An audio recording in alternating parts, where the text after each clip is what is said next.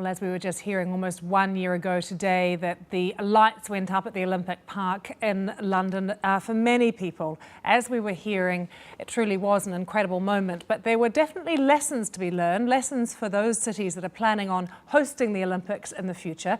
So let's take you across now to the World's newsroom. We can join Tom, who is there for us. Tom, what have you got for us? Well, Lucy, you know that London's a pretty international city at the best of times, but for 2 weeks a year ago, you had a good chance of bumping into pretty much anyone for any country on this planet.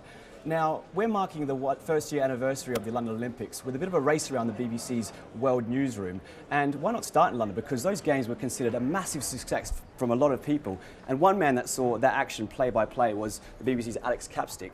Now, Alex, every Games has to define a legacy. How's London shaping up right now? I think, Tom, it's quite positive. Certainly it's difficult to argue that the Olympic Park, which rose out of that bit of wasteland in East London, hasn't been a success, although the padlocks were put on the gates. No sooner had the closing ceremony to the Paralympics finished, that was because it was turned into a building site again, so they could remove temporary venues and convert existing ones into permanent use. And all 8 of those projects have found tenants, and that's unusual. There are no white elephants, unusual when you compare it with previous Olympic cities.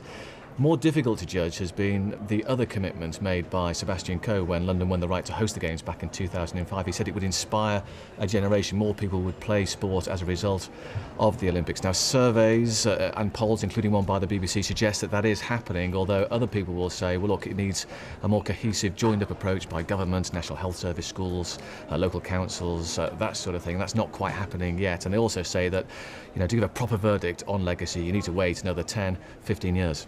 Okay, thanks, Alex. One word, your favourite moment from the 2012 Games? Oh, blimey, Usain Bolt has to be, doesn't it? Great, thanks, Alex. Let's go on to Brazil now. Now, they're taking the baton for these Games, and first South American country to host them. It's a big moment for Brazil, but they have been plagued with a few offsets so far. One remembers the mass protests recently, and one man that can talk pretty well on that is Bruno Garcés from BBC Mundo. Now, Bruno, you're from Brazil.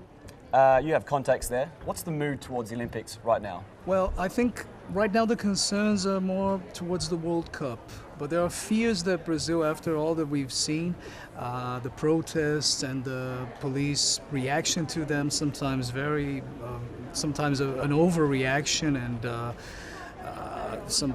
in many occasions, police brutality has been witnessed.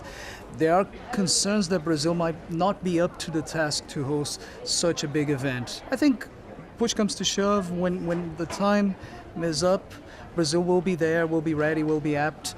But there are, of course, fears after what we've seen in the Confederations Cup, what we're seeing right now. I mean, there are protests as the Pope visits Rio, and with tear gas being thrown all over, with confrontations between demonstrators and police officers. So I think up to then we probably will have to see some reforms going on, some kind of training for the police to be up to the task as well. Yep. And I think that's mainly, right now I think that's the main concern, I would say. Okay, thanks Bruno, thanks very much. Now what's next? Well, there's a 3-horse race at the moment, Madrid, Tokyo, and my next guest knows about the host city to be perhaps for 2020, and that's Istanbul. Now, it's a far cry because Istanbul has had some protests as well of late, and my colleague here from BBC Turkish, Sheriff Ishtar, knows a lot about that as well. So, Sheriff, what are the chances that Turkey are going to host the 2020 Games? Now, Turkey has been bidding for the Olympics for a very long time now, and the first Olympics that it seriously bid on was the 2000 Olympics. So it has had some time to prepare its bid. Now it's in the final 3, and each time the major question has been infrastructure. And now Turkey says that it will be investing in infrastructure and it will be all fine. But you made a very good point there, the social situation.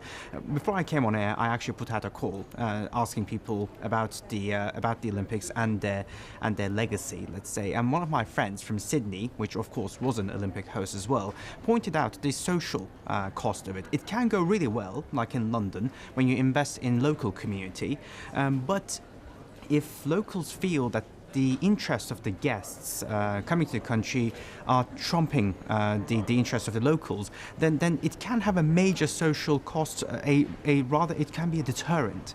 So it really remains to be seen what path this situation would take with Turkey. However, it is pretty clear that the social aspect, given the recent protests, will be on the minds of the committee when discussing Istanbul's bid. Sheriff, thank you very much. And there you go, Lucy, a sprint around the Olympic newsroom, all in record time.